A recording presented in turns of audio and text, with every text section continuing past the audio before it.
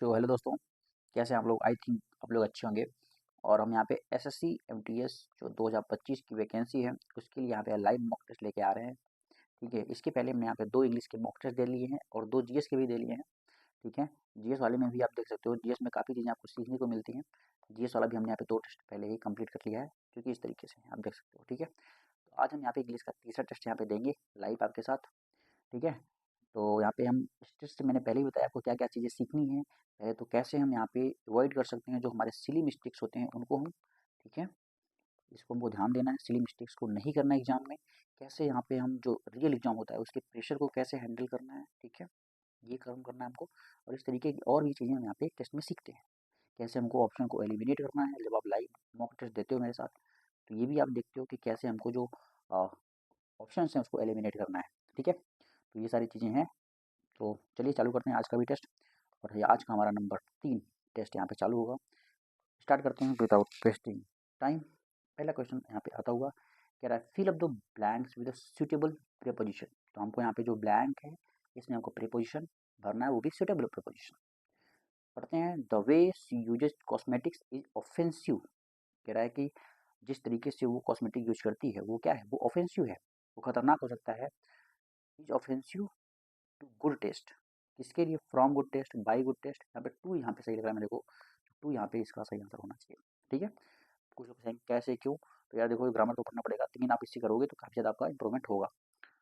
Next question यहाँ पे कह रहा है, यहाँ पे fill in the blanks in the following sentence with the help of given options. ठीक है, today the need of common man is just bread and butter are was were. यहाँ पे मेरे हिसाब से इज यहाँ पे आएगा, the need of the common man is यहाँ पे इसका सही आंसर होना चाहिए। नेक्स्ट क्वेश्चन यहाँ पे कह रहा है the doctor recommended that. Doctor ने रिकमेंड किया that I was more careful with my diet. I be यहाँ पे तो नहीं होगा, I will be. The doctor recommended that I will be more careful with my diet, I am more careful with my diet. तो recommend करेगा अगर, तो अगर मैं हूँ ही तो रिकमेंड क्या करेगा फिर? ठीक है, तो आई एम तो नहीं हो सकता मेरे हिसाब से, और बी भी नहीं होगा। अब बचा विल बी एंड वॉच। इस तरीके से ऑल ऑप्शन जो है एलिमिनेट करते हैं। बी आपने कहीं नहीं देखा इस तरीके से, डायरेक्ट सब्जेक्ट के बाद हम बी का यूज करें। ठीक है, और विल एम भी नहीं होगा, क्योंकि एम अगर है तो फिर रिकमेंड क्या करेगा वो? अगर वो खुद ही केयरफुल है तो रिकमेंड क्या करेगा डॉक्टर? तो इसके ऑल्डिंग विल बी या वॉच। अब कह रहा है doctor recommended that I watch more careful with my diet. तो यहाँ पे ये पास्ट में है तो मेरे हिसाब से वॉच लगा सकते हो। आई will be more, will be हो सकता है मेरे हिसाब से, तो will be, I will be more careful with my diet. और वो आई was more careful with my diet. तो यहाँ पे विल बी यहाँ पे मुझे लग रहा है ज़्यादा, विल बी यहाँ पे सही होना चाहिए। ठीक है, नेक्स्ट क्वेश्चन यहाँ पे कह रहा है कि यहाँ पे नीचे जो सेंटेंस दिया गया है कंप्लीट नहीं है, और इसके 4 ऑप्शंस हैं। हमको क्या करना है, कोई एक शब्द चुनने हैं, उसको यहाँ पे हमको फिल करना है। अब हम पहले तो हम पढ़ेंगे क्या, पहले हम सेंटेंस को पढ़ेंगे। If lots origin world words are not enough to disqualify him. ठीक है, फिर से यहाँ पे देखते हैं, सॉरी थोड़ा सा गड़बड़ हो जाता है। To disqualify him as senate leader then his grasp of public relations should be। कह रहा है if Lord's original words are not enough to disqualify him as Senate leader, then his sensitive grasp of public relations should be, or not enough to disqualify him as Senate leader, then his besmirch, I think besmirch instinct grasp of maladroit grasp या sensitive grasp। यहाँ पे थोड़ा सा confusion है मेरे को भी, यहाँ पे मैं अगर ऑनेस्टली बता दूँ तो कह रहा है if lords original words are not enough to disqualify him as a Senate leader, then his besmirched grasp of public relations should be, then his instinct grasp of, then his maladroit grasp of public relations should be। तो थोड़ा सा ये negative है, तो maladroit जो होता है वो नेगेटिव होता है, तो मैं इसके साथ भी जा रहा हूँ। ठीक है, नेक्स्ट क्वेश्चन है the doctors tried very hard. Underline word segment को हमको क्या करना है, सब्स्टिट्यूट करना है ईडियम के साथ। मोस्ट अप्रोप्रिएट ईडियम यहाँ पे बनना है। The doctor tried very hard to save his mother but they were unsuccessful. So the doctor tried, faced the music very hard, tried. Doctor tried very hard substitute the underline word segment with most appropriate idiom. Idiom हमको यहाँ पे बनना है, doctor tried due the line, doctor tried moved heaven and earth. तो ये यहाँ पे ऐसे हो सकता है इसका आंसर कि सारा प्रयास किया लेकिन तब भी डॉक्टर ने बचा नहीं पाया, डॉक्टर बचा नहीं पाया। जब आप इडियम पढ़ते होंगे थोड़ा आइडिया लग जाएगा। To have a strong feeling of sympathy with desire to help, तो इसको क्या बोलेंगे हम, तो इसको हम यहाँ पे क्या बोलेंगे, स्ट्रॉन्ग फीलिंग अगर हमको सिंपैथी किसी की हेल्प करने की तो उसको हम बोलेंगे कंपैशन बोल सकते हो, कंपैशन शुड बी देयर।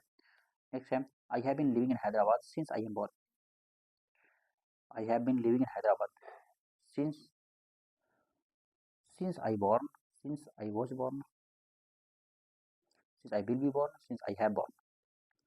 तो ये दोनों तो नहीं होंगे, आपको पता ही है क्योंकि फ्यूचर में ऐसा है, ये फ्यूचर में और ये भी नहीं होगा। कह रहा I have been living in Hyderabad since I was born, since I born, since I born। तो यहाँ पे मैं इसके साथ जाऊँगा since I born, ठीक है, जब से मैं पैदा हुआ हैदराबाद में रह रहा। कह रहा है यहाँ पे हमको एरर देखना है, हमको गलती ढूंढना है सेंटेंस में। कह रहा है bush fire have created, Bush fire है तो ये प्लूरल नहीं है तो मेरे हिसाब से हैज होना चाहिए। हालांकि मैं आगे का भी जो शब्द है, आगे के भी जो स्टेटमेंट उसको भी पढ़ लेता हूँ। कह रहा है bush fire has created havoc and exacerbated the conditions of animals in the forest. तो मेरे हिसाब से यहाँ पे हैव नहीं होना चाहिए, यही इसका सही आंसर है। कह रहा है एंटोनिम यहाँ पे बताना है, एंटोनिम मतलब क्या होता है, विलोम शब्द किसका, अनफैथोमेबल। तो अनफैथोमेबल मतलब जिसको नाप नहीं सकते, आप बोल सकते हो अनइमेजिनेबल। और इसका उल्टा तो हमको यहाँ पे क्या लगाना पड़ेगा, कॉम्प्रिहेंसिबल बोल सकते हो, जिसको हम कॉम्प्रीहेंड कर रहे हैं, ठीक है। इसका आंसर ये होना चाहिए, तो बहुत ध्यान से मुझे देखना होता है। अब कह रहा है कि इंप्रूवमेंट यहाँ पे करना है, इंप्रूवमेंट जो अंडरलाइन है इसको इम्प्रूव करते हैं हम। कह रहा है ही रिग्रेट्स दैट, वो रिग्रेट करता है that the man who pushed his never came to meet him, the man who pushed his never came to meet him, he regrets that the man who pushed his, नहीं होगा यहाँ पे, his तो नहीं होगा, इस वजह से यहाँ पे इंप्रूवमेंट तो होगा इसमें, इसका मतलब ये ऑप्शन नहीं होगा। The man who pushed him होगा यहाँ पे, तो ये भी नहीं होगा क्योंकि यहाँ पे हिज है, तो ये भी नहीं होगा और ये भी नहीं होगा। तो पहला यहाँ पे सही होगा, हिम है यहाँ पे, तो ये सही हो सकता है। कह रहा है कि एंटोनिम यहाँ पे फिर से बोल रहा है किसका, कॉम्प्रेस का एंटोनिम। कॉम्प्रेस माने आप बोल सकते दबोचना, सिकुड़ना या मतलब संकुचन करना। तो they are going to enlarge, तो इसका यहाँ पे एंटोनिम होगा इनलार्ज। ओके, नेक्स्ट कह रहा है कि सिनोनिम हमको ढूंढना है, वो भी वोलेटाइल का। वोलेटाइल मतलब आप बोल सकते हो जो चीज़ स्थिर ना हो, तो उसको हम बोलेंगे कि बुआयंट बोल सकते हैं, ठीक है, जो चीज़ ऊपर उठ रही हो, वोलेटाइल। वोलेटाइल वोलेटाइल मतलब यही होगा, बुआयंट ही होना चाहिए मेरे हिसाब से। नेक्स्ट क्वेश्चन यहाँ पे कह रहा है कि one of the great rivers of China, one of the great rivers of China Huang He, और Huang He originates from the eastern face of Tibet.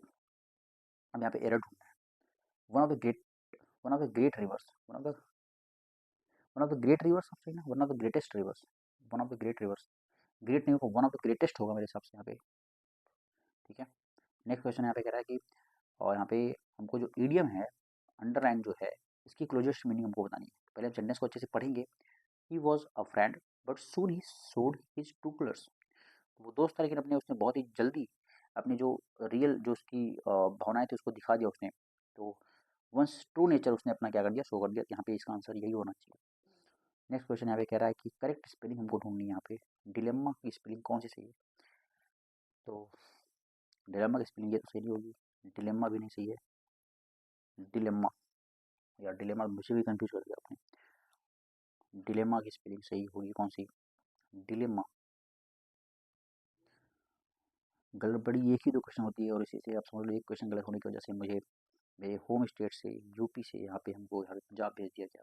सोच लो, तो बहुत ज़्यादा इंपॉर्टेंस है यहाँ पे, इतना ज़्यादा कंपटीशन है। चलो देखते हैं यहाँ पे कह रहा है कि कौन सा करेक्ट स्पेलिंग है, डिलेमा या डिलेमा, तो मैं इसके साथ जाऊँगा। चलो देखते हैं। अब फिर कह रहा है सिनोनिम, यहाँ पे हमको देखना है सिनोनिम मतलब पर्यायवाची। The adventurous explorer embarked on a perilous journey, perilous मतलब रिस्की, ठीक है, रिस्की यहाँ पे सही है। नेक्स्ट क्वेश्चन कह रहा है कि टेंस हमको बताना है, करेक्ट फॉर्म ऑफ टेंस यहाँ पे हमको यूज करना है। हम लोग 9 10 में पढ़ते थे tense. In the evenings I often play chess with next door neighbour, ठीक है, and I in the evening side, ठीक है। I often play chess with my next door neighbours and I had played with him ever since I I play chess with him ever since I come to live here 10 years ago. I had played chess. I have played. I will played. यहाँ पे play यहाँ पे ये होगा, इसका answer ये होना चाहिए। कह रहा है the strange noise which came from the room created a, कह रहा है strange noise जो आ रही थी which came from the room, room से जो strange noise आ रही थी उसने क्या क्रिएट किया, create a deficit among the students, और ट्रांसपोर्ट या डेफिसिट या पैनिक, तो यहाँ पे पैनिक, यहाँ पे इसका आंसर होना चाहिए पैनिक। कह रहा he became increasingly dissatisfied and क्या बोले क्वेरुलस, ठीक है, querulous in his old age. तो अपोजिट यहाँ पे देखना है, most opposite in the meaning, querulous मतलब झगड़ालू होता है, ठीक है। he became increasingly dissatisfied and querulous in his old age। कह रहा है select a word or group of words that is most appropriate opposite in the meaning to the underlined word। तो क्वेरुलस मतलब तो झगड़ालू होता है, बट यहाँ पे चीयरफुल मतलब आप बोल सकते हो कि बहुत ही खुशी। कह रहा होल्ड योर हॉर्सेस मतलब इसकी मीनिंग हमको बतानी है, not get upset, aim high, hold your horses, fight trouble, slow down. Hold your horses, hold your horses का मतलब क्या होता है, not get, aim high, fight trouble, तो स्लो डाउन मेरे हिसाब से होल्ड योर हॉर्सेस यहाँ पे होना चाहिए। अब यहाँ पे हमारा आ जाता है कॉम्प्रीहेंशन, ठीक है, या इसको बोलते हैं क्लोज टेस्ट यहाँ पे देखते हैं क्या होगा। कह रहा है क्लाइमेट चेंज विल इफेक्ट होगा, ऑफेंड तो नहीं होगा, afflict every aspect of, affect होगा या इफेक्ट होगा, क्लाइमेट चेंज विल अफेक्ट, यहाँ पे सही आंसर होना चाहिए चौथा। नेक्स्ट क्वेश्चन है every aspect of our health and wellbeing but its potential harms go beyond the body ability to handle, but its potential harms go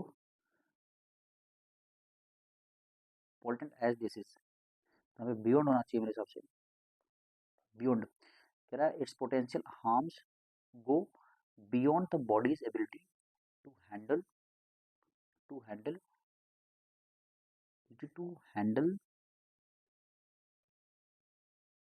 extreme heat, ठीक है, extreme heat. अब इसको एक बार फिर से पढ़ते हैं, बट इट्स पोटेंशियल हार्म्स गो, यहाँ पे हम पढ़ रहे हैं इस टाइम, आप देख पा रहे होंगे, but its potential harms go go extreme the body's ability to handle extreme heat important as this is. तो यहाँ पे सही लग रहा है मेरे को जो हमने लगाया है यहाँ पे, ठीक है। फिर कह रहा है extreme weather events such as floods, droughts, storms and wild fires are becoming more frequent, ठीक है, frequent and severe, and these affect our mental health in multitude of ways। Coping with climate change can be overwhelming, it could increase the क्या risk, यहाँ पे इसका सही answer होना चाहिए मेरे हिसाब से। तो ये हमने यहाँ पे टेस्ट कर लिया कंप्लीट, और चलिए हम इसको करते हैं सबमिट, ठीक है। केवल हमने यहाँ पे कितना टाइम लिया सब कुछ अभी पता लगेगा आपके सामने ही। तो ये हमारा टेस्ट कंप्लीट होता हुआ, और हम यहाँ पे ओहो बहुत ही कम नंबर आया है, तो ये तो मुश्किल वाली बात है, 59 नंबर ही आए हैं। बहुत सारे भाई यहाँ पे कहते रहते हैं कमेंट भी करते हैं कि मेरे आपसे ज़्यादा नंबर हैं, कोई बोलता है 67 है, कोई बोलता है 75 है, कोई बोलता है इस तरीके से बोलते हैं। तो यार काफ़ी, चलो कोई ना, यहाँ पे 4 क्वेश्चन गलत ही हो गए, ठीक है, 21 सही 4 गलत, काफ़ी बहुत अच्छा तो नहीं है, कट ऑफ से भी नीचे रह गया, कट ऑफ इनके हिसाब से 60 से 61 है, मेरा 59 नंबर है। चलो ठीक है, सोल्यूशन में देख लेते हैं जो क्वेश्चन गलत हैं, थोड़ा सा उनको देखेंगे क्यों गलत हुए, कहाँ गलत हुए। ये कह रहा है कि doctor recommended that I will, यहाँ पे वर्ड डाल के देखता हूँ मैं एक बार, अच्छा बी होगा यहाँ पे, ठीक है, बी यहाँ पे इसका आंसर होगा इनके हिसाब से। कह रहा है कि the primary issue in the sentence is use of verb, ठीक है, subjunctive mode we use the base form the verb without to. तो यहाँ पे क्या होगा, the doctor recommend that I be more careful with my diet. इस तरीके से तो मैंने पढ़ा नहीं था यार कभी, वैसे तो मैं आपसे सही बता दूँगा, चलो कोई ना। ये क्वेश्चन ये कैसे गलत हुआ, since I am born, I was born में चल रही है, इसका आंसर हो जाएगा फिर सिंस आई वॉज बॉर्न। ठीक है, सिंस आई वॉज बॉर्न इसका सही आंसर होगा। फिर यहाँ पे गलती कहाँ पे है? आह वांगुचू। आह, क्या यहाँ पे गलत? ए यहाँ पे नहीं लगेगा। ठीक है, मुझे पहले पता लगा था ए यहाँ पे नहीं होना चाहिए था, तो बहुत ही आसान क्वेश्चन था, मुझे लग रहा है गलत कर दिया हमने। और यहाँ पे ये देख लेते हैं, ये बोल रहा है कि क्या गलती है इसमें, क्यों गलत हो गया था हमारा। तो ये हमारा have played. In the evenings I often play chess with my next door neighbours, I have played chess with him ever since I came to here. ठीक है चलो, जो भी है यार, इस तरीके से था। ठीक है, बहुत अच्छा तो नहीं है, लेकिन तब भी ट्राई करते रहो सब लोग। ठीक है, तो हो जाएगा। चलिए, मिलते हैं तब तक। अगर आपको कुछ पूछना है, कोई डाउट है, कोई जानकारी लेनी है, तो आप कमेंट कर सकते हैं। तब तक के मिलते हैं किसी अगले टेस्ट में। तब तक के लिए थैंक यू।